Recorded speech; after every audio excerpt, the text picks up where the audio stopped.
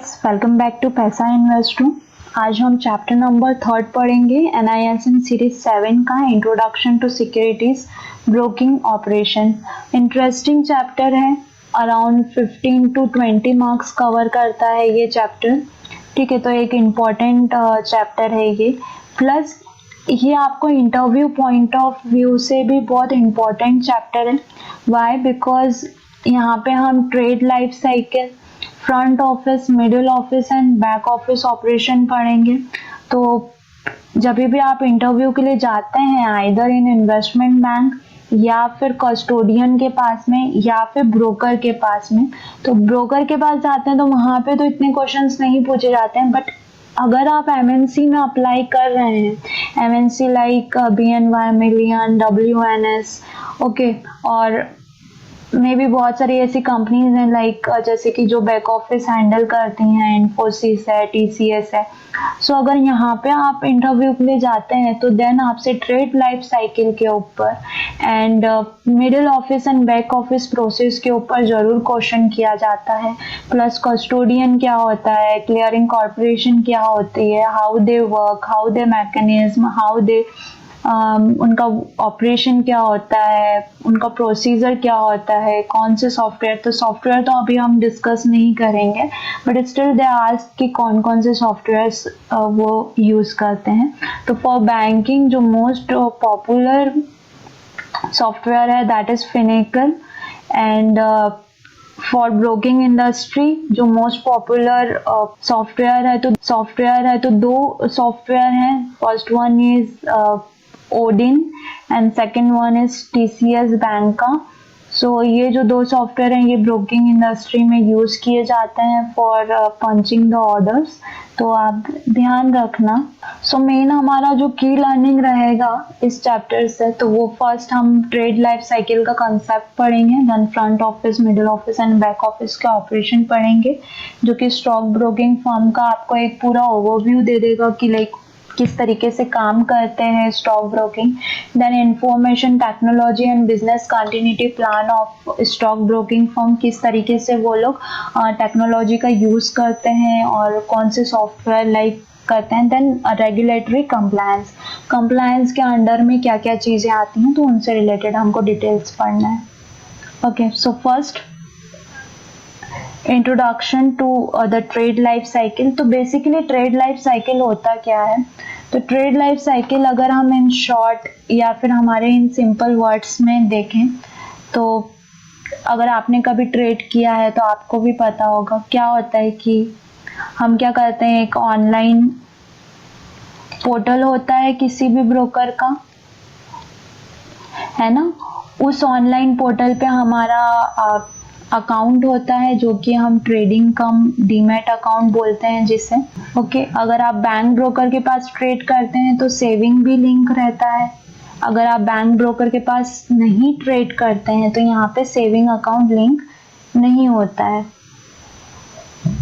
ठीक है, सो आपको क्या करना पड़ता है, आपने ट्रेडिंग अकाउंट में कुछ अमाउंट ट्रांसफर करना पड़ता है, कुछ मनी यहाँ पर आपको NEFT या IMPS करना पड़ता है। ठीक है, देन आप जो भी सिक्योरिटी, जो भी शेयर या म्यूचुअल फंड या फिर अदर बॉन्ड्स एंड NCDs वगैरह जो भी आप परचेज करना चाहते हैं तो आप उसका ऑर्डर पंच करते हैं। ठीक है, आपने यहाँ पर ट्रेड ऑर्डर रखा है। अब ये जो ट्रेड ऑर्डर रखा है इसके बदले में आपने क्या दिया है, पैसा दिया है। ये ट्रेड ऑर्डर कहाँ पर जाता है, एक्सचेंज पे जाता है। एक्सचेंज क्या करता है, ट्रेड ऑर्डर को क्लियरिंग मेंबर को फॉरवर्ड करता है, या एक्सचेंज खुद ही as a clearing member settle होता है। ठीक है, देन यहाँ से जब आपका ट्रेड जो है वो क्लियर एंड सेटल होता है तो उसके बदले में आपको क्या आ जाती है, सिक्योरिटीज आपको आपके सेविंग मतलब ट्रेडिंग अकाउंट में यहाँ पर मिल जाती है। तो ये आपने एक प्रोसीजर हुआ, यहाँ पे क्या होगा, क्लियर एंड सेटल होगा ट्रेड। ठीक है, तो ये एक शॉर्ट में मैंने आपको बताया है, हम इसको इन डिटेल भी पढ़ेंगे।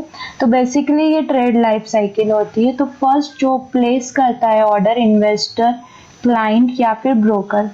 क्लाइंट ने ऑनलाइन पोर्टल के थ्रू करा है ना, तो वो किसके पोर्टल पे करा है, ये जो ऑनलाइन पोर्टल है ये किसका है, ब्रोकर का है।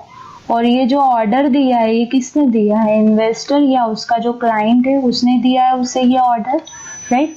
तो जो ऑर्डर प्लेस होगा वो आइदर इन्वेस्टर, क्लाइंट या ब्रोकर के थ्रू होगा। देन रिस्क मैनेजमेंट जो है वो राउटिंग करेगा ऑर्डर को through the trading platform, trading platform के थ्रू राउट होगा, किसको राउट होगा, एक्सचेंज को राउट होगा। Then matching of order and its confirmation into trade. अब यहाँ पे क्या होगा, ऑर्डर मैचिंग होगा। ऑर्डर मैचिंग कैसे होता है, जैसे आपने देखा होगा बाय और सेल वैल्यूज चलती रहती हैं।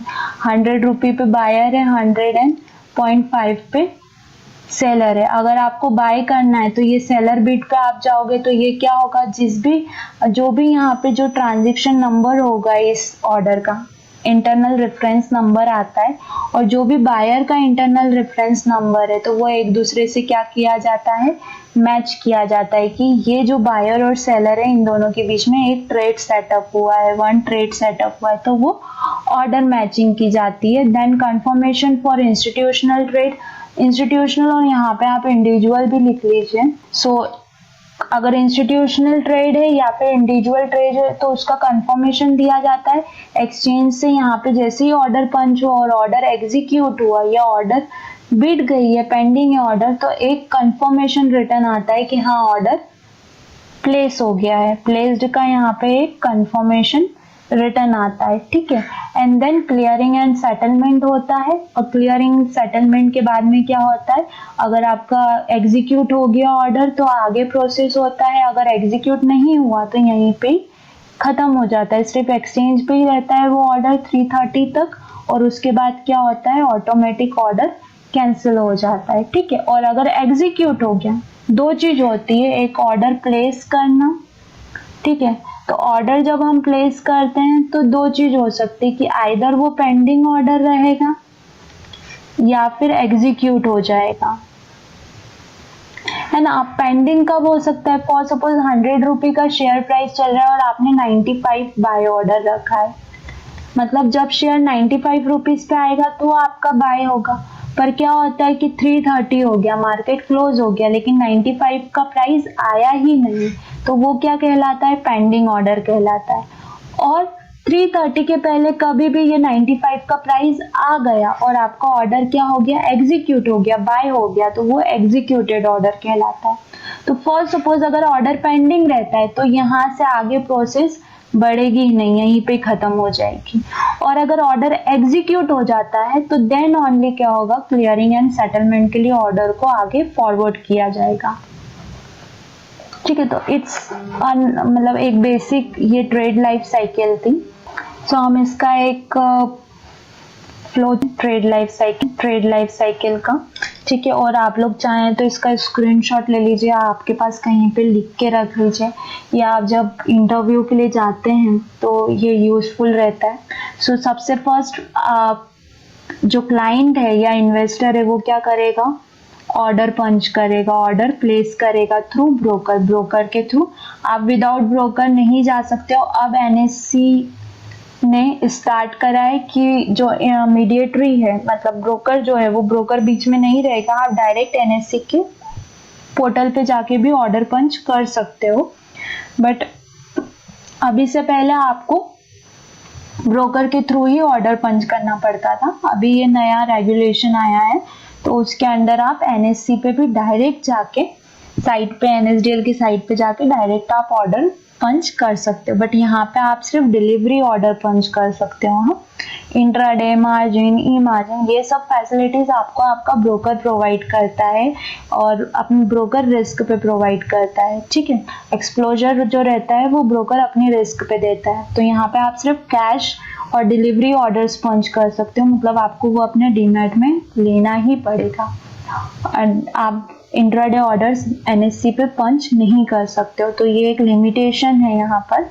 और बाकी जो इन्वेस्टमेंट करते हैं तो वो आइदर अपने ब्रोकर के थ्रू ऑर्डर पंच कर सकते हैं या फिर एनएससी के डायरेक्ट पोर्टल पे जाके ऑर्डर पंच कर सकते हैं। तो investor place their order through broker, then क्या होगा, ट्रेड एग्जीक्यूट होगा। मैंने बताया था दो यहाँ से कैटेगरी हो सकती है। अगर पेंडिंग रहा ऑर्डर अप टू 3:30 तो वो ऑटोमेटिक कैंसिल हो जाएगा, है ना। और अगर एग्जीक्यूट हुआ तो ही आगे प्रोसेस में जाएगा। देन इसके बाद क्या होगा, एक ट्रेड कंफर्मेशन आता है या कॉन्ट्रैक्ट नोट।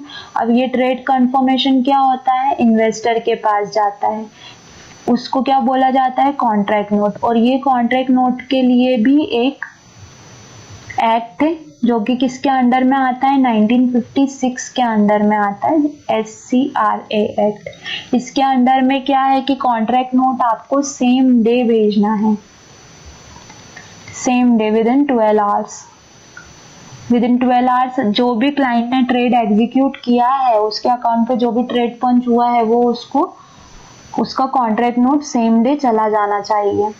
देन ये कंफर्मेशन क्लाइंट के पास गई एंड सेम टाइम पे उसका ट्रेड का क्लियरेंट हुआ। क्लियर एंड सेटलमेंट मतलब क्लाइंट को सिक्योरिटीज जाएंगी। सिक्योरिटीज किसको जाएंगी, इन्वेस्टर या क्लाइंट जिसने भी ऑर्डर पंच किया है उसको, और उसको उसके बदले में क्या देना पड़ेगा, जितने भी अमाउंट का उसने परचेसिंग किया है वो उसको देना पड़ेगा। ये सिक्योरिटीज कहाँ पे चले जाएगी, इन्वेस्टर के डीमेट में चले जाएगी और पैसा उसके अकाउंट से कट हो जाएगा, डेबिट पड़ जाएगा उसके अकाउंट पे, है ना। रिसीव फंड्स एंड सिक्योरिटीज, तो यहाँ पे क्या होता है कि जो फंड्स है वो किसके पास चला जाएगा, क्लियरिंग मेंबर के पास। वो सेटलमेंट करेगा, जिसने सेल किया होगा उसको पैसा देगा, जिसने बाय किया होगा उसको सिक्योरिटीज देगा। इसलिए यहाँ पर रिसीव फंड एंड सिक्योरिटीज का ऑप्शन है। अब ये वाला जो हमने देखा है तो ये बायर के केस में कि पैसा लिया है और सिक्योरिटी दिया है। अगर फॉर सपोज ये सेलर हुआ तो उस केस में क्या होगा, पैसा उसको जाना होगा और सिक्योरिटीज उसके अकाउंट से डेबिट करनी पड़ेगी, डीमेट अकाउंट से वहां पे डेबिट का आ जाएगा और मनी क्रेडिट करना पड़ेगा, राइट। तो ये सेलर के केस में होगा और मनी डेबिट और सिक्योरिटी क्रेडिट ये बायर के केस में होगा। तो इसलिए रिसीव फंड्स एंड सिक्योरिटीज मतलब आइदर जो इन्वेस्टर है वो फंड्स रिसीव करेगा या फिर सिक्योरिटीज रिसीव करेगा, ठीक है। तो ये एक ट्रेड साइकिल है कंप्लीट, ओके।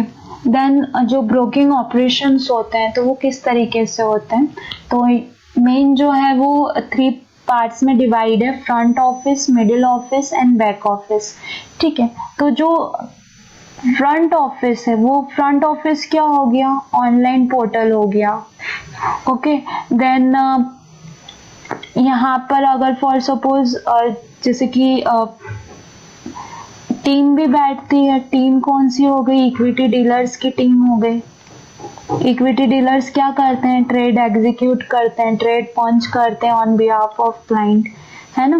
क्लाइंट के बिहाफ पे ये लोग क्या करते हैं, ट्रेड्स पंच करते हैं, ठीक है। तो ये जो आता है ये सब फ्रंट ऑफिस में आता है। मतलब अगर आप लाइक NISM 8 जो आप सीरीज देते हो इक्विटी डेरिवेटिव, तो वो देके आपको जॉब कहाँ लगता है, फ्रंट ऑफिस के लिए आपको जॉब लगता है। यहाँ पे क्या होता है, ऑर्डर्स आप लेते हो और एग्जीक्यूशन करते हो। ऑर्डर आपने पंच करा, क्लाइंट ने अगर बोला कि मार्केट रेट से परचेज कर दो तो order at a time execute हो जाएगा। अगर लिमिट ऑर्डर बोला तो क्या होगा कि पेंडिंग रहेगा, जब वो प्राइस आएगा तभी एग्जीक्यूट होगा। तो ट्रेड कैप्चर एंड एग्जीक्यूशन होता है फ्रंट ऑफिस में। देन आफ्टर एग्जीक्यूशन, अगर यहाँ पर ऑर्डर एग्जीक्यूट हुआ है, इसलिए ऑलवेज यहाँ पर एग्जीक्यूशन वर्ड यूज किया है। अगर पेंडिंग ऑर्डर रहा 3:30 तक तो वो यहाँ पे फ्रंट ऑफिस तक ही क्या बोलना चाहिए कि अपडेट होगा, इसके आगे प्रोसेस नहीं होगा क्योंकि ऑर्डर ही नहीं हुआ है, सिक्योरिटी परचेस ही नहीं हुई है, ठीक है। तो अगर यहाँ पे एग्जीक्यूशन हो जाता है तो ये जो ट्रेड है ये किसको फॉरवर्ड किया जाता है, मिडिल ऑफिस को फॉरवर्ड किया जाता है। यहाँ पे उसका वैलिडेशन देखा जाता है। वैलिडेशन मतलब हो सकता है कि क्लाइंट ने कैश में यानी कि डिलीवरी के लिए परचेस किया हो सकता है क्लाइंट ने इंट्राडे के लिए ट्रेड एग्जीक्यूट किया हो। अगर इंट्राडे होगा तो बाय सेल दोनों होगा यहाँ पर, तो वो सेटल करना पड़ेगा उसको, जो भी प्रॉफिट और लॉस रहेगा वो, है ना। या फिर मार्जिन में लिया हो, मतलब कुछ लिवरेज लेके उन्होंने बाइंग या सेलिंग की है, या फिर फ्यूचर है तो कॉन्ट्रैक्ट कब का है, ऑप्शन है तो कॉन्ट्रैक्ट कब का है, स्ट्राइक प्राइस क्या है। तो ये सब चीजें जो है वैलिडेशन चेक किया जाता है, बुकिंग चेक किया जाता है, देन कंफर्मेशन सेंड किया जाता है। तो ये सब चेक करने के बाद में, अमाउंट चेक करने के बाद में यहाँ पे एक कंफर्मेशन रिटर्न प्रोवाइड किया जाता है, जो कि क्या बोलते हैं हम उसको, कॉन्ट्रैक्ट नोट बोलते हैं। ठीक है, देन अब ये ट्रेड्स कहाँ पे फॉरवर्ड होते हैं, बैक ऑफिस में, जहाँ पे कि मेन प्रोसेस होती है। और जब भी आप जॉब करते हो तो फ्रंट ऑफिस और मिडिल ऑफिस इतना ज़्यादा क्या बोलना चाहिए कि बहुत हाईटेक और बहुत अच्छा जॉब नहीं है, बट मतलब अच्छा जॉब है। यहाँ पे फ्रंट ऑफिस पे आपको नॉलेज का यहाँ पे भंडार मिलेगा। आपको यहाँ पे जितना नॉलेज होगा ना, उतना मिडिल ऑफिस और बैक ऑफिस में आपको बिल्कुल भी नॉलेज नहीं होगा। यहाँ पे तो क्या है, ये ऑपरेशन का काम है। डाटा जो है, एक जगह से डाटा आया दूसरी जगह भेजना है, दूसरी जगह से डाटा आया पहली जगह पे वापस भेज देना है। ठीक है, तो यहाँ पे सिर्फ आप डाटा माइनिंग और डाटा एंट्री वाला काम कर रहे हो। बट फ्रंट ऑफिस में जो लोग काम करते हैं ना, चाहे यहाँ पे सैलरी थोड़ा कम ज्यादा रहे, बट नॉलेज उनको इतना हो जाता है कि फ्यूचर के लिए बहुत अच्छा होता है। तो स्टार्टिंग फ्रंट ऑफिस से ही होती है सबके, एंड देन धीरे धीरे जैसे जैसे नॉलेज बढ़ता चला जाता है तो वैसे वैसे सिंप्लिसिटी और क्या बोलना चाहिए कि आपको एक थोड़ा सा कंफर्ट जोन कंपनी प्रोवाइड करती चली जाती है।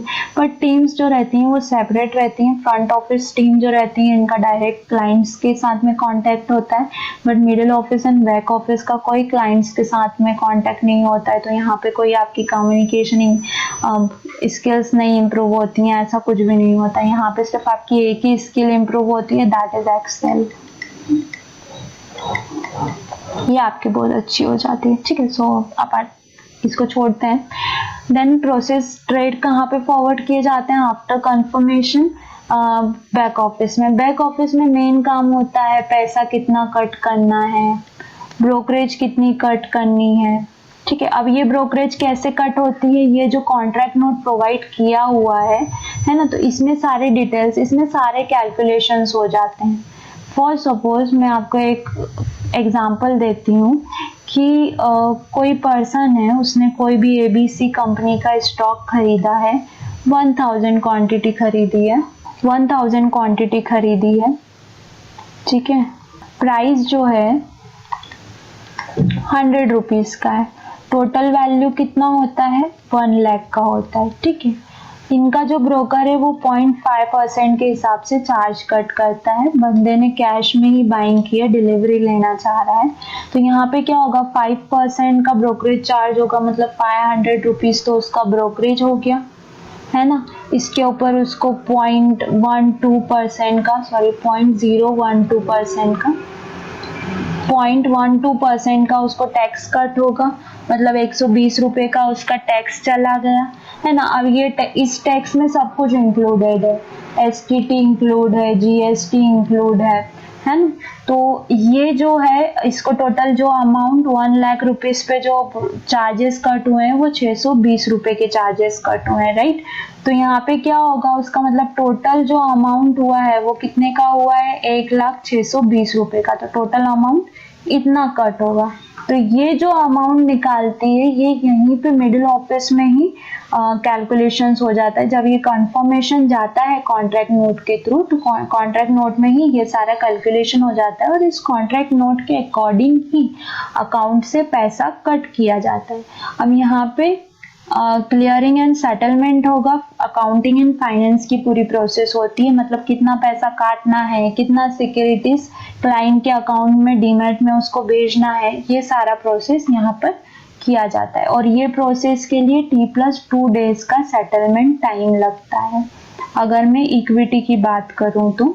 ठीक है, और अगर फ्यूचर की बात करूं तो T+1 डे में सेटलमेंट होता है। ऑप्शन में भी T+1 डे में सेटलमेंट होता है। और अगर इंट्राडे की बात करें तो सेम डे सेटलमेंट हो जाता है। ठीक है, T+2 डे का मतलब क्या हुआ कि मंडे को किसी ने सिक्योरिटी परचेस की है, तो ये सिक्योरिटीज उसको डीमैट में कब रिफ्लेक्ट होगी, वेडनेसडे के दिन। वेडनेसडे को आफ्टर 11:30 सेटलमेंट हो जाता है, तो आफ्टर 11:30 ये जो सिक्योरिटीज है ये क्लाइंट के अकाउंट में चले जाएगी, बट मनी जो रहता है, जो पैसा रहता है, वो सेम डे उसके अकाउंट से डेबिट पड़ जाता है। ओके, और ओके, ये वाला हम पोर्शन एक बार और समझेंगे बैक ऑफिस का, क्लियरिंग एंड सेटलमेंट का। ठीक है, तो अगर फॉर सपोज कोई भी क्लाइंट इक्विटी परचेस कर रहा है तो उसका T+2 में सेटलमेंट होता है। अगर वो बायर है तो इसका T+2 का मतलब क्या होता है कि मंडे को यदि उसने ABC कंपनी का स्टॉक परचेस किया है, ठीक है, तो ये उसको उसके डीमैट में कब जाएगा? वेडनेसडे को क्रेडिट होगा। ठीक है, वेडनेसडे को उसके अकाउंट में ABC जो है वो डीमैट में शो हो जाएगा, बट जो मनी है, जो पैसा है, अमाउंट जो है, वो सेम डे डेबिट पड़ता है उसके अकाउंट से। और इन केस ऑफ सेलर, तो सेलर के साथ में क्या होता है, जो सिक्योरिटीज रहती हैं अकाउंट के डीमैट अकाउंट में, जो शेयर्स हैं वो सेम डे उसके अकाउंट से डेबिट हो जाती है। ठीक है, बट जो मनी है वो उसको कब मिलता है? T+2 डे में। मतलब मंडे को यदि इसने सेल किया है तो वेडनेसडे को उसको पैसा जो है वो वेडनेसडे इवनिंग में उसको क्रेडिट होगा उसके अकाउंट में, सेविंग अकाउंट में, बैंक ब्रोकर रहा, और अगर बैंक ब्रोकर नहीं रहा तो ट्रेडिंग में रिफ्लेक्ट होता है। ठीक है, अभी सेबी ने कुछ रूल्स चेंज किए हैं, तो वो रूल्स भी हम डिस्कस करेंगे after this, but I think ये आपको एक बेसिक समझ में आया होगा कि T+2 डे सेटलमेंट कैसे होता है। एंड सेम प्रोसीजर अगर हम फ्यूचर के लें तो फ्यूचर में T+2 की जगह फ्यूचर एंड ऑप्शन, T+2 की जगह T+1 सेटलमेंट होता है। मतलब जो सिक्योरिटीज रहती हैं उनका सेटलमेंट T+1 में होता है, मनी सेम डे डेबिट पड़ता है। और सेलर का भी यहाँ पे, वैसे बायर के केस में तो कुछ ये वाला फंडा आता नहीं है T+1 का।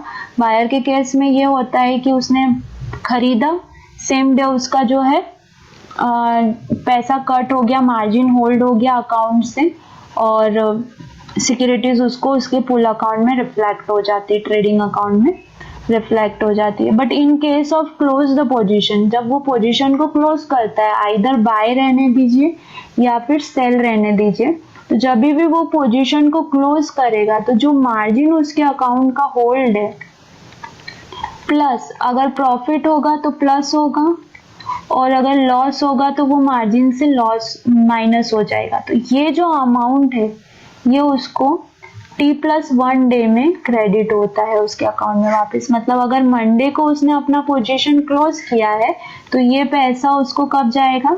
ट्यूसडे इवनिंग में जाएगा। ठीक है, in both future and option. Then ये क्लियरिंग और सेटलमेंट और अकाउंट एंड फाइनेंस की प्रोसीजर कहाँ पर होती है? बैक ऑफिस टीम का कौन हो सकती है? तो कस्टोडियन, जो कि self trading members, self clearing members होते हैं, क्लियरिंग फर्म्स होती हैं और कमर्शियल बैंक्स होती हैं, जिनको हम ट्रेडिंग कम या प्रोफेशनल क्लियरिंग मेंबर्स बोलते हैं।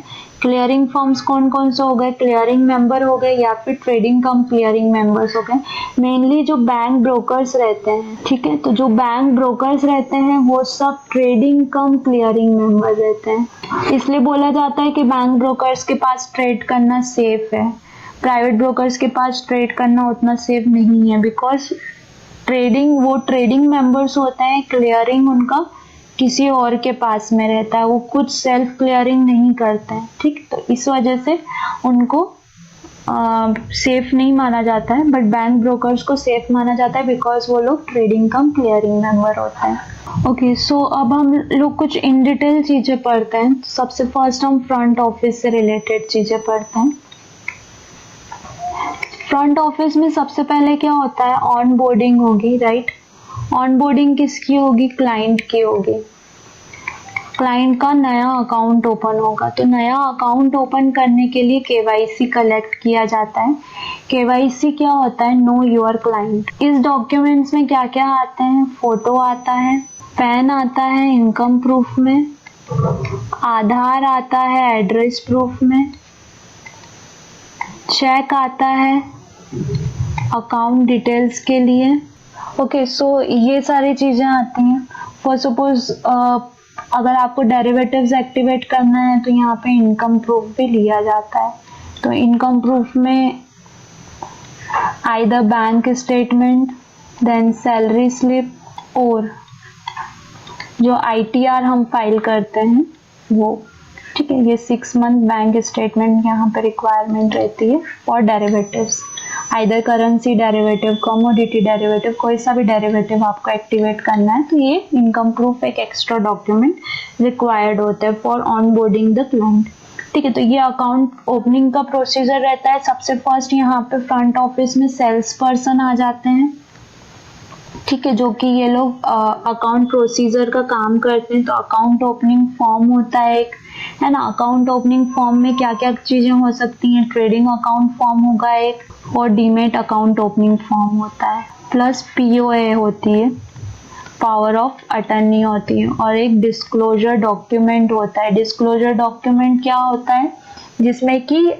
जो रिस्क है, मार्केट से रिलेटेड जो रिस्क है उसका डिस्क्लोजर होता है कि investment in stock market are subject to market risk.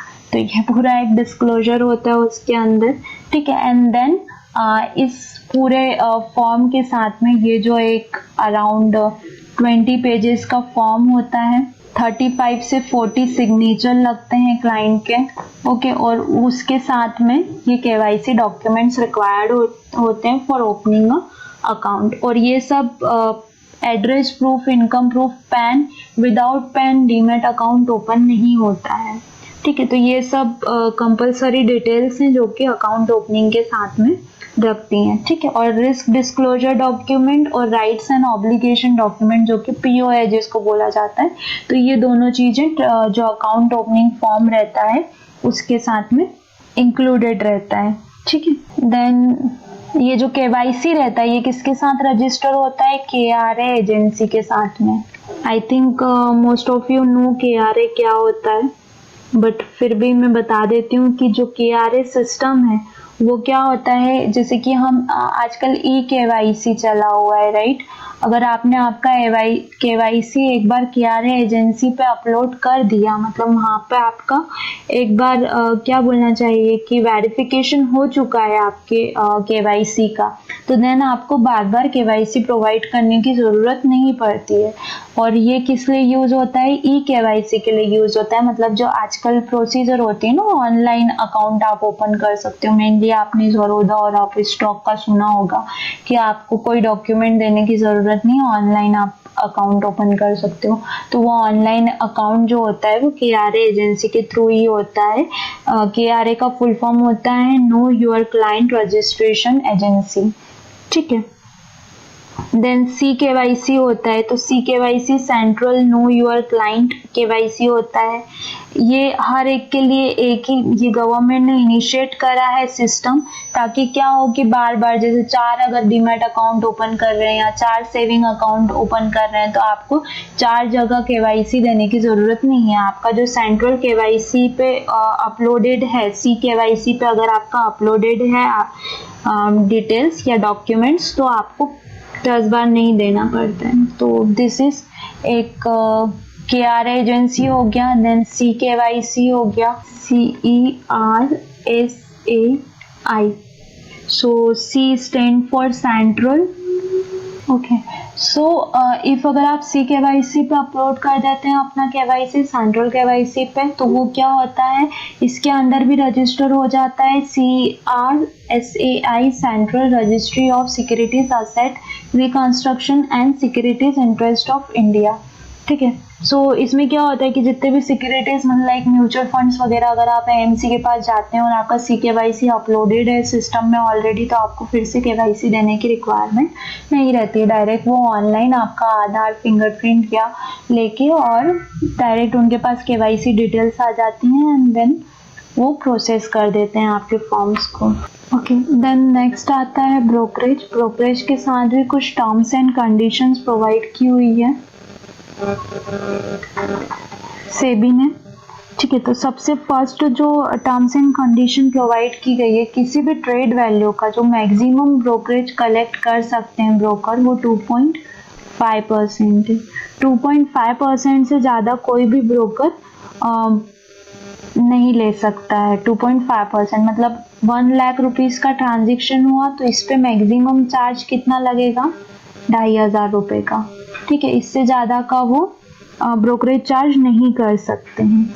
और अगर शेयर वैल्यू लेस से, मतलब कि लाइक 10 रुपये से कम की शेयर वैल्यू है, शेयर का जो प्राइस है वो 10 रुपये से छोटा है, ठीक है, तो उस केस में आपको जो मिनिमम ब्रोकरेज चार्ज करना पड़ेगा, सो मिनिमम यहाँ पे ब्रोकरेज आपको चार्ज करना पड़ेगा 0.04, 4 पैसा पर शेयर, ये ब्रोकरेज यहाँ पर चार्ज करना पड़ता है। मैक्सिमम यहाँ पर आप 25 रुपये तक चार्ज कर सकते हो,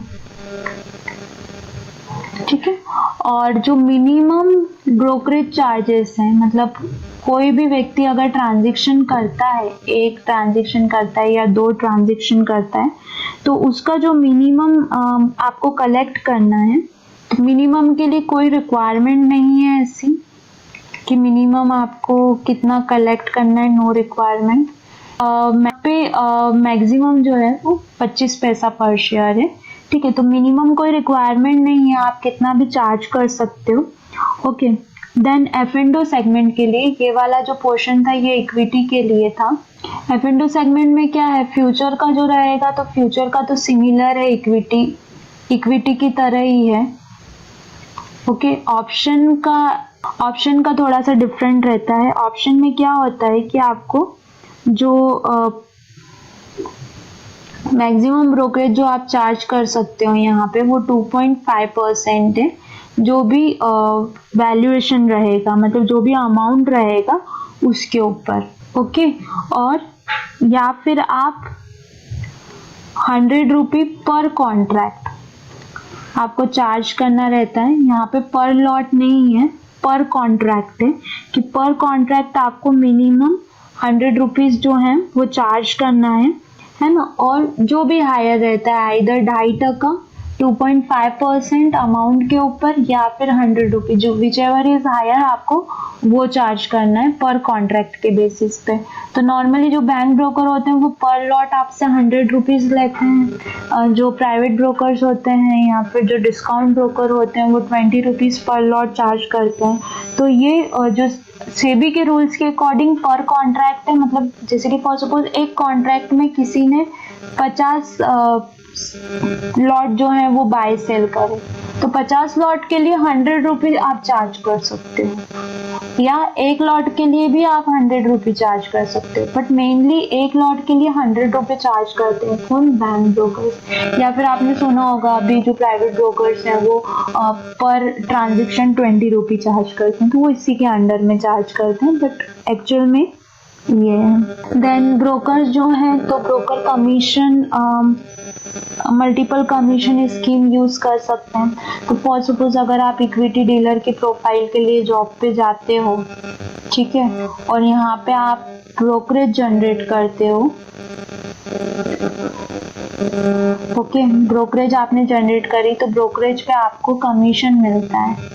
कमीशन हम इसको कॉर्पोरेट में इंसेंटिव्स बोलते हैं, तो इंसेंटिव मिलता है। ये अलग अलग ब्रोकर का डिफरेंट होता है, कोई 3x के अबव में ही इंसेंटिव देता है, कोई 7x के अबव में इंसेंटिव दे देता है, कोई 10x के अबव में इंसेंटिव देता है। मेनली जो बैंक ब्रोकर्स हैं वो इस स्लॉट में आते हैं क्योंकि उनके पास जो क्लाइंट होता है उनका ऐसा मानना है कि उनके पास बैंक डाटाबेस होता है तो क्लाइंट ज़्यादा होते हैं, और जो प्राइवेट ब्रोकर्स होते हैं वो 3x के अबव में ही आपको इंसेंटिव्स प्रोवाइड कर देते हैं। देन नेक्स्ट आता है ऑर्डर मैनेजमेंट। ऑर्डर मैनेजमेंट क्या होता है, जब भी हम ऑर्डर पंच करते हैं, आइदर क्लाइंट खुद ऑर्डर पंच करता है या फिर इक्विटी डीलर ऑर्डर पंच करता है, ठीक है। तो आपको ऑर्डर मैचिंग के लिए क्या क्या चीज़ें रिक्वायर्ड होती हैं, प्राइस, किस प्राइस पे परचेसिंग या सेलिंग करनी है, time, then quantity, then instrument buy या सेल क्या करना है, देन सिक्योरिटी नेम, मतलब स्टॉक कौन सी सिक्योरिटी करनी है, okay. Then client identity, client का जो यूनिक आईडी रहता है, यूसीसी यूनिक क्लाइंट कोड, तो वो आपको रिक्वायर्ड रहता है। तो इसके बेस पे ऑर्डर मैनेजमेंट होता है, ठीक है। अब ऑर्डर कैसे होते हैं, बेसिक टाइप्स ऑफ ऑर्डर हमने आई थिंक, मैं एक बार और रिपीट करती हूँ, types of order mainly 2 types के ऑर्डर होते हैं। एक मार्केट ऑर्डर होता है और एक लिमिट ऑर्डर होता है। सो मार्केट ऑर्डर क्या रहता है, जो भी मार्केट प्राइस चल रहा है, जो भी करंट प्राइस जो भी चल रहा है सिक्योरिटी का, है ना, अगर फॉर सपोज आप बाय करने आ रहे हैं तो जो भी बेस्ट बायर प्राइस रहेगा या जो भी बेस्ट सेलर प्राइस रहेगा तो उस पर डायरेक्टली आपका बाय हो जाएगा। लिमिट ऑर्डर में क्या होता है कि आपका जो डिजायर प्राइस है, जिस भी प्राइस पे आप परचेस करना चाहते हैं सिक्योरिटीज को, तो उस पे आप परचेस करते हैं। अब लिमिट ऑर्डर में for suppose number of order रखे हैं, 6 ऑर्डर्स रखे हुए हैं, 6 क्लाइंट्स ने अपने ऑर्डर पंच किए हुए हैं, प्राइस सबने 100 रुपीज का रख रखा है। अब यहाँ पर क्या होता है कि, और क्वांटिटी यहाँ पे रखी हुई है 6000 क्वांटिटी रखी हुई है। यहाँ पे क्या होता है कि कोई सेलर आया, 100 क्वांटिटी ही, मतलब 100 के प्राइस पे ही बेचने के लिए रेडी है, बट सिर्फ 2000 क्वांटिटी सेल करने के लिए आया है वो, है ना। और नंबर ऑफ ऑर्डर हो सकता है यहाँ पे 10 हो, वो नहीं मैटर करता है, बट क्वांटिटी जो है वो 2000। तो अब ये 6000 का जो ऑर्डर रखा है, 6000 क्वांटिटी का 100 प्राइस पे, तो किसका पहले पंच होगा किसका बाद में पंच होगा, तो ये टाइम प्रायोरिटी पे बेस रहता है। टाइम प्रायोरिटी पे कैसे बेस रहता है, फॉर सपोज किसी ने 10:10 पे ऑर्डर रखा, है ना, किसी ने 10:11 पे ऑर्डर रखा, किसी ने 10:30 पे ऑर्डर रखा, किसी ने 11 बजे ऑर्डर रखा, किसी ने 11:30 पे ऑर्डर रखा। तो इस सीक्वेंस में अगर ऑर्डर रखा है तो सबसे पहला जो ऑर्डर एग्जीक्यूट होगा वो जिसने सबसे पहले ऑर्डर रखा था 10:10 में, तो पहले इसकी क्वांटिटी क्लियर होंगी। सपोज इसने 900 क्वांटिटी रखी थी तो 2000 में से 900 क्वांटिटी इसको मिल जाएगी। फिर इसने ऑर्डर रखा तो सपोज इसने 100 क्वांटिटी रखी थी तो इसका ऑर्डर क्लियर होगा। फिर इसने 1000 क्वांटिटी रखी थी तो फिर इसका ऑर्डर क्लियर होगा। तो मतलब इन तीनों का ऑर्डर क्लियर हो जाएगा 2000 क्वांटिटी का, और इन लोगों का पेंडिंग ही रह जाएगा। इसलिए कितनी बार अगर आप मार्केट वॉच करते हैं या फिर आपने कभी टर्मिनल चेकआउट किया या आपका खुद का पर्सनल अकाउंट है, तो आप कितनी बार देखेंगे कि आपने ऑर्डर रखा हुआ रहता है पर प्राइस भी आके चला जाता है पर एग्जीक्यूट नहीं होता है। और ये मेनली उन्हीं स्टॉक्स में होता है जो लो वॉल्यूम स्टॉक्स रहते हैं, जहाँ पे हाई वॉल्यूम मतलब ट्रांजेक्शन्स होते हैं, ज़्यादा लोग बाइंग सेलिंग करते हैं जिन स्टॉक्स पे, वहाँ पे ये प्रॉब्लम बहुत रेयर देखने को मिलती है। बट मेनली ये देखने को मिलता है कि लाइक वो प्राइस आके और चला जाता है, मतलब 100 पे आया और फिर वापस से 100 ला गया 100 रुपये 10 पैसे पे चला गया। तो कितनी बार ऐसा होता है कि आपका पेंडिंग ही रहेगा, आपको लगता है अरे प्राइस तो आके गया पर मेरा क्यों एग्जीक्यूट नहीं हुआ, तो वो इस वजह से एग्जीक्यूट नहीं होता है बिकॉज टाइम प्रायोरिटी देखी जाती है। देन ऑर्डर पंच करते टाइम हम क्लाइंट का यूसीसी पूछते हैं, क्योंकि उसी के अकाउंट में ऑर्डर डालना है ना, किसी और के अकाउंट में ऑर्डर डाल देंगे, किसी और के अकाउंट से पैसा कट हो गया तो अपना तो गला कट जाएगा, अपन तो ना अपना पॉकेट से पे करेंगे। तो first you have to ask his UCC number, unique client code, then you have to ask the like which share you want to buy, कौन सा शेयर आप परचेज करना चाहते हैं, या which share you want to sell, तो वो खुद आपको बताता है रिलायंस बाय करना है, स्टेट बैंक सेल करना है, ITC बाय करना है। then you have to ask them like quantity आपको कितना करना है, किस प्राइस पे करना है। इफ ही सेड कि मार्केट का जो भी प्राइस चल रहा है उस पे खरीद दो या बेच दो, तो you can directly punch the order. वहाँ पे फिर टाइम प्रायोरिटी नहीं आती है, वहाँ पे जो भी बेस्ट बाइंग या बेस्ट सेलिंग प्राइस चल रहा होता है तो उसके अकॉर्डिंगली आपका ऑर्डर एग्जीक्यूट हो जाता है।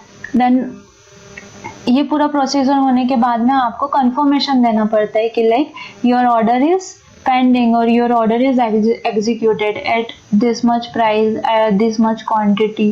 तो इस तरीके से ये होता है। प्लस क्लाइंट को भी आजकल सेबी ने नया रूल किया है कि सेम टाइम पे SMS रिसीव होता है क्लाइंट को, जैसे ही ऑर्डर पंच होता है at real time, same time पे क्लाइंट को कंफर्मेशन चला जाता है कि ये ऑर्डर इस पर्टिकुलर डीलर के थ्रू आपके अकाउंट में पंच हुआ है। इफ ऑथराइज नहीं है तो please contact to customer care, if authorise है तो नो इशू। तो this is how this all work, order management system. Okay, then ये तो लिमिट एंड मार्केट ऑर्डर हो गया। और यहाँ पे अदर टाइप्स ऑफ ऑर्डर भी होते हैं जो कि day order, IOC order and GTDT order. तो डे ऑर्डर जो रहता है वो होल डे के लिए वैलिड रहता है। जैसे फॉर सपोज आपने लिमिट ऑर्डर पंच किया है ना, और ये लिमिट ऑर्डर क्या रहेगा, जैसे कि आपने 100 रुपये पे शेयर को बाय करने के लिए रखा है, शेयर का प्राइस जो चल रहा है मार्केट का वो 110 रुपये चल रहा है। आप जब 100 रुपये पे आएगा तब आप खरीदना चाह रहे हो, मतलब आप सोच रहे हो कि नीचे आएगा तो मैं परचेस करूंगा। तो ये जो 100 रुपये का ऑर्डर है ये सिर्फ डे के लिए वैलिड रहेगा। जब तक मार्केट ओपन रहता है 3:30 तक ही वैलिड रहेगा। आफ्टर 3:30 ऑटोमेटिक कैंसिल हो जाएगा। IOC का फुल फॉर्म होता है इंटरमीडिएट और कैंसिलेशन। यहाँ पे क्या होता है ना, फॉर सपोज आपने 1 लाख क्वांटिटी आपको बाय करनी है, ठीक है, और यहाँ पे स्विंग करना है आपको। स्विंग करना मतलब जैसे हम झूला झूलते हैं ना, हवा के साथ आगे हवा के साथ पीछे, उसी तरीके से मार्केट के साथ बाय, मार्केट के साथ सेल। तो स्विंग, आपको स्विंग ट्रेड करना है आपको, कि मार्केट आपको दिख रहा है कि स्टॉक जो है, जैसे कि लाइक PVR का हुआ था, थिएटर्स को ओपन करने के लिए परमिशन दे दिया ये लॉकडाउन 5th ओपनिंग में, ठीक है, तो थिएटर्स ओपन हो सकते हैं। तो PVR ने स्विंग करना स्टार्ट करा अप साइड के मूवमेंट में, ठीक है। तो यहाँ पे आपको क्या करना है कि भैया मार्केट से जितना खरीदा क्वांटिटी एक बार में खरीदा गया, बिकॉज ये मूवमेंट बहुत फास्ट कर रहा है। अभी 1100 रुपये चल रहा है, अभी 1110 हो गया, अभी 1120 हो गया, अभी 1150 हो गया।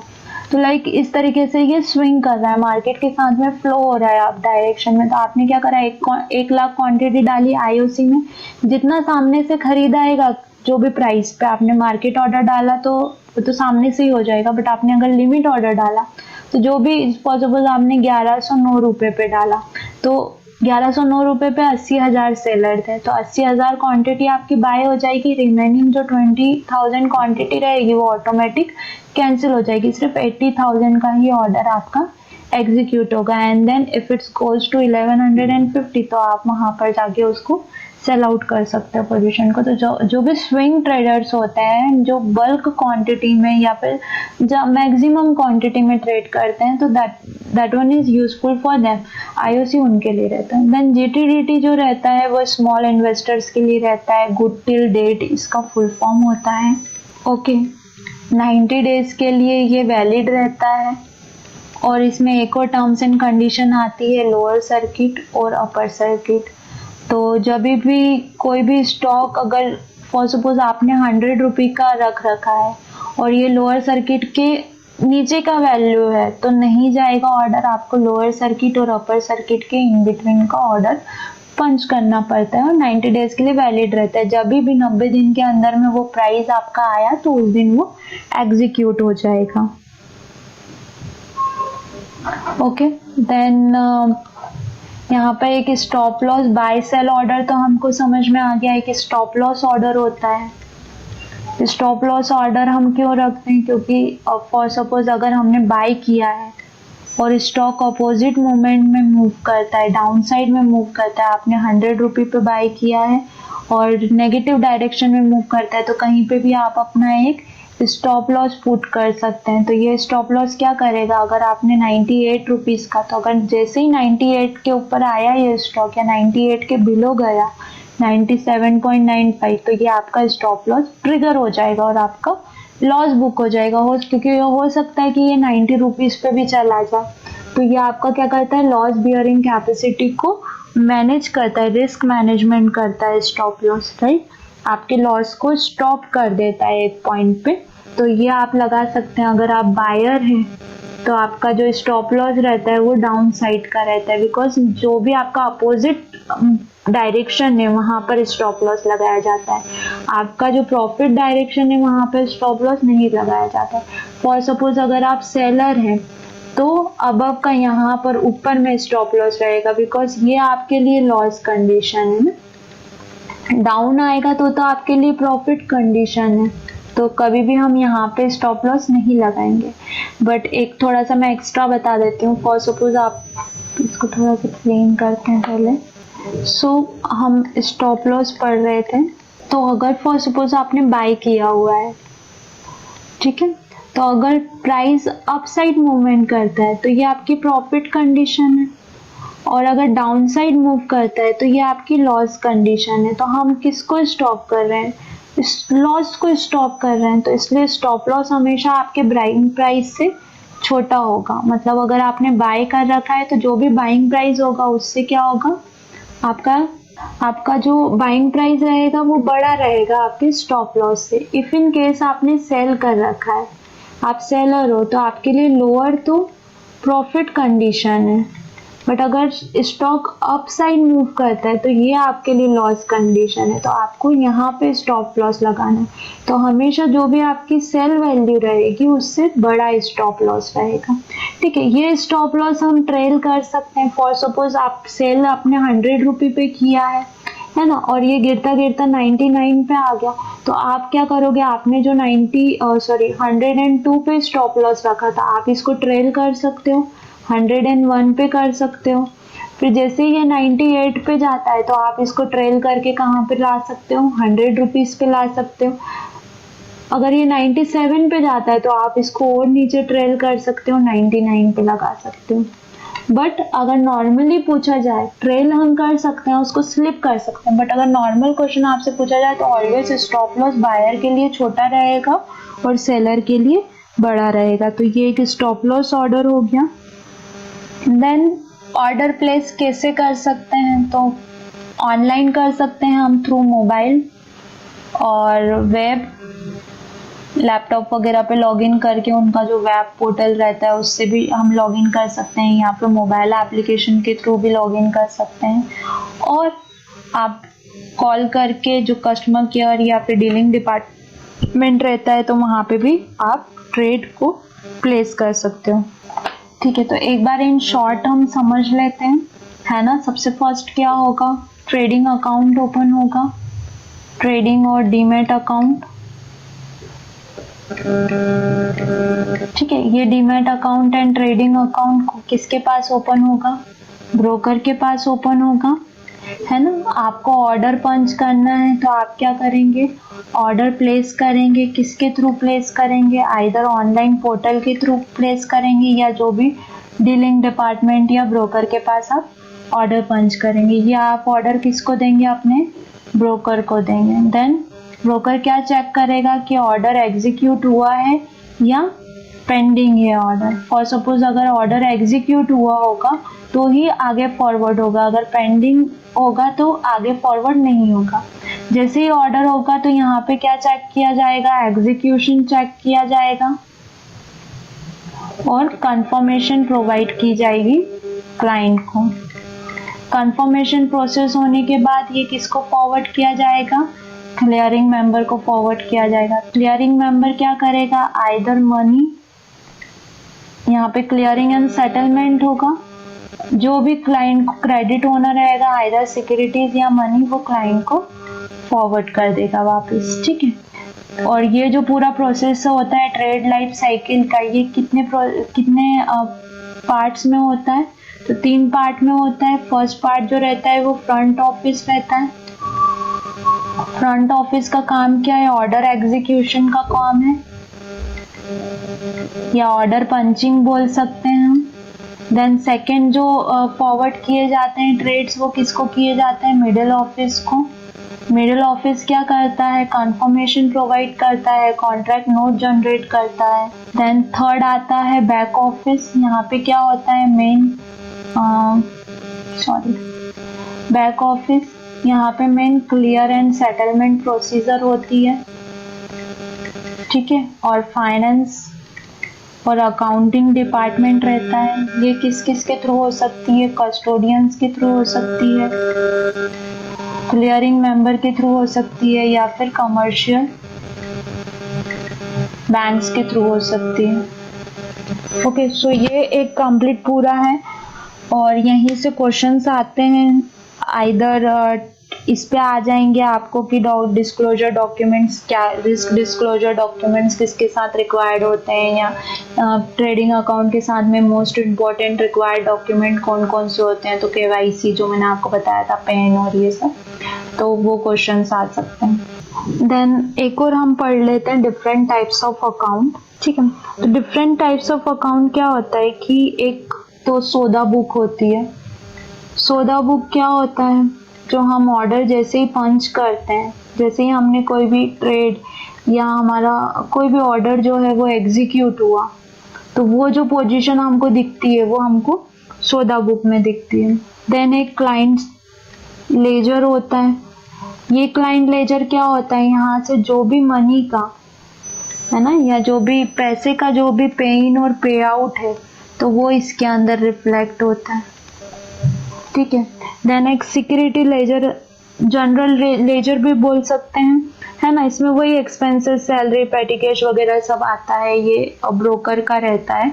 ठीक है, तो ये जनरल लेजर होता है, ये ब्रोकर अकाउंट रहता है, इसमें ब्रोकर का पूरा डिपार्टमेंट रहता है, जो भी उसका खर्चा वगैरह रहता है वो सब आता है ना। देन सिक्योरिटी रजिस्टर, तो पहले जब ऑफलाइन ट्रेड होते थे तो ये उस टाइम पे यूज होता था, बट अब ये सिक्योरिटी लेजर मेंटेन नहीं करना पड़ता है।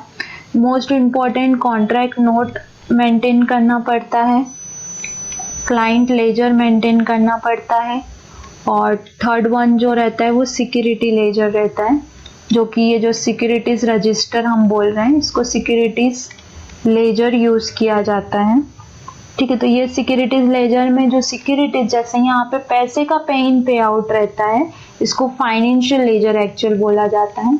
और जो सिक्योरिटी लेजर रहता है, यहाँ पे सिक्योरिटीज का पे इन, स्टॉक्स का पे इन और पे आउट रहता है। मतलब अगर क्लाइंट के डीमैट में गया है तो पे इन रहता है, और अगर क्लाइंट के डीमैट से आउट हुई है सिक्योरिटीज तो पे आउट रहता है।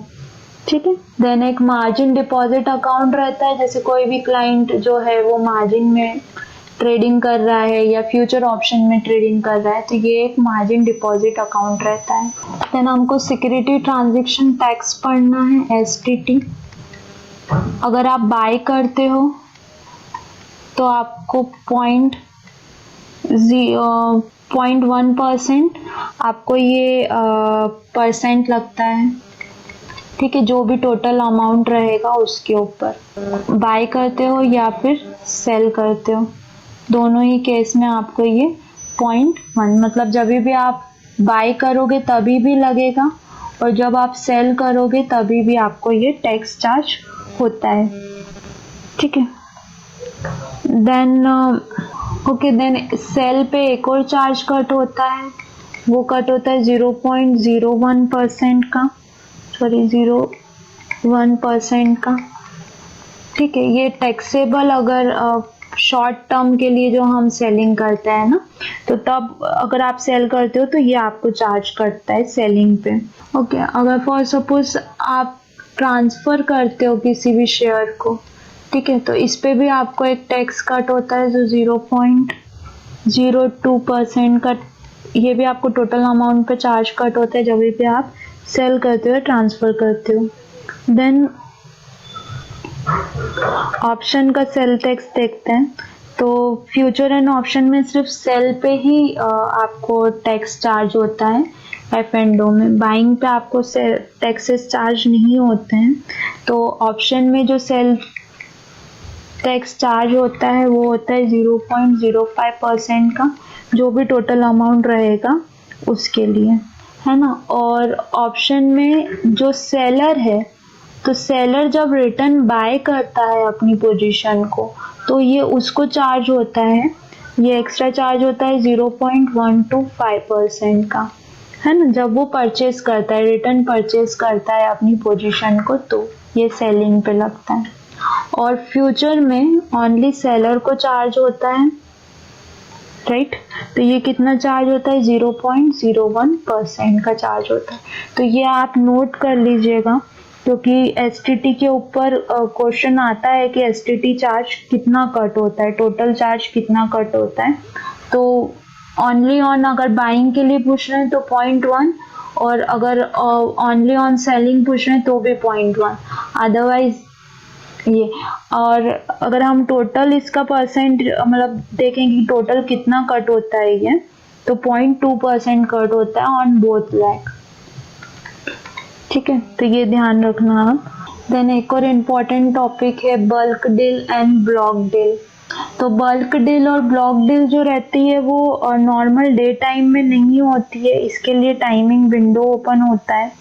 ओके, तो ब्लॉक डील जो विंडो रहता है, जब ब्लॉक डील कब होती है, इसका टाइमिंग रहता है 8:45 AM से लेकर 9 AM तक का। नून में ओपन होती है 2:05 PM से लेकर 2:20 PM तक। ठीक है, तो ये भी आप नोट कर लीजिए, इस पे भी क्वेश्चन आता है कि ब्लॉक डील की जो विंडो रहती है वो कब ओपन होती है ना। और बल्क डील और ब्लॉक डील में एक सिंपल सा डिफरेंस है। बल्क डील जो रहती है तो जैसे कि ये डे टाइमिंग में कभी भी हो सकती है, जब भी मार्केट ओपन रहता है तो उस टाइमिंग में कभी भी ये बल्क डील हो सकती है। वो ब्लॉक डील जो रहती है तो यहाँ पर सेबी के पास पूरी इंफॉर्मेशन होती है। सेबी यहाँ पर इंटरमीडिएटरी की तरह बिहेव करती है कि बायर कौन है और सेलर कौन है। बट बल्क डील में ऐसा कुछ नहीं होता है, कोई इंडिविजुअल या HNI भी यहाँ पर क्वांटिटी में परचेस कर सकता है, मतलब मैक्सिमम 1 लाख 2 लाख 10 लाख 50 लाख क्वांटिटी भी वो बाय सेल कर सकता है। तो मेनली ये जो बल्क डील होती है वो रूमर्स बेस पे बल्क डील होती है। ब्लॉक डील, बाकी ब्लॉक डील जो होती है वो जेन्युइन डील्स होती हैं, जहाँ पे कि प्रॉपर रिसर्च और टेक्निकल के साथ में डील की जाती है बिटवीन 2 कंपनीज और बिटवीन 2 इंडिविजुअल्स। ओके, सो क्वेश्चंस का ओवरव्यू देखते हैं कि लाइक किस काइंड ऑफ कैसे क्वेश्चंस आते हैं। तो first question, direct market access facility is introduce for, मतलब जो direct market access facility provide की गई थी तो वो किसके लिए प्रोवाइड की गई है? Retail investor, institutional clients only और स्पेसिफिक इंटरनेशनल ब्रोकिंग फर्म्स। तो direct market access facility special international broking firms के लिए प्रोवाइड की गई है, ताकि वो लाइक उनको पता लग सके कि इंडियन मार्केट में क्या मोमेंटम चल रहा है और वो इन्वेस्ट कर सकते हैं, फॉरेन इन्वेस्टर्स हमारे इंडियन मार्केट में आ सकें। Which statement is false? On receipt of the order at the exchange system and order confirmation is send to the broker. जो वैसे तो फर्स्ट जो स्टेटमेंट है वो करेक्ट स्टेटमेंट है कि जो ऑर्डर है एक्सचेंज सिस्टम पे जो ऑर्डर जाता है तो फर्स्ट वो ऑर्डर किसके पास जाता है? ब्रोकर के पास जाता है। That is true. Depending upon the order terms and condition and the actual prevailing market prices, the order में गेट एग्जीक्यूटेड इमीडिएटली, पार्शियली और फुली। जो भी मतलब मार्केट कंडीशन चल रही है या जो भी एक्चुअल मार्केट प्राइस चल रहा है तो उसके अकॉर्डिंग डिपेंड करता है कि ऑर्डर एग्जीक्यूट इमीडिएटली एग्जीक्यूट होता है, पार्शियल या फुली। जो मैंने आपको टाइम प्रायोरिटी ऑर्डर बेस बताया था तो मे बी उसमें पार्शियल भी हो सकता है, फुल एग्जीक्यूट भी हो सकता है। अगर मार्केट प्राइस से कोई परचेस करता है तो इमीडिएटली एग्जीक्यूट हो जाएगा, तो this is also true. Then third one, the order can be entered for buy or sell irrespective of whether the client has sufficient balance of the fund or securities in his account। जो order enter होगा bye और cell का वो irrespective, मतलब उसका कोई लेना देना नहीं है कि क्लाइंट के अकाउंट में सफिशिएंट बैलेंस फंड और सिक्योरिटीज का होना चाहिए, नहीं भी होगा तो भी ऑर्डर एग्जीक्यूट हो जाएगा। तो दिस इज कम्प्लीटली फॉल्स, है ना, कि ऐसा नहीं है। अगर वो बाय ऑर्डर रख रहा है तो उतना सफिशिएंट फंड बैलेंस होना चाहिए, अगर वो सेल ऑर्डर रख रहा है तो उतना सफिशिएंट सिक्योरिटीज उसके डीमैट में होना चाहिए, तो ही वो सेल ऑर्डर रख सकते हैं। कॉन्ट्रैक्ट नोट क्या होता है? What is contract note? A legal document which is entered upon by the client with his broker before entering into any transaction। Client अपने broker को देता है, तो this is completely false। Confirmation of the trade done during the particular day with all details of which securities have been bought or sold at the price etc। ये एक confirmation होता है जो कि जो भी ट्रेड डन हुआ है पर्टिकुलर डे में तो उससे रिलेटेड डिटेल्स होती है, कौन सा सिक्योरिटी, कौन सा क्वांटिटी, किस प्राइस पे बाय सेल हुआ है, क्या टैक्स चार्जेस हैं, तो वो सब। तो this one is right contract note, इसी को बोलते हैं। A note which hold margin detail, ऐसा नोट जो कि मार्जिन डिटेल्स को होल्ड करता है। तो यहाँ पे ये मार्जिन स्टेटमेंट बोला जाता है इसे, ये भी क्लाइंट को जाता है, ठीक है, मार्जिन स्टेटमेंट बोलते हैं इसे। तो ये भी आप नोट करके रख लें। Thank you for watching.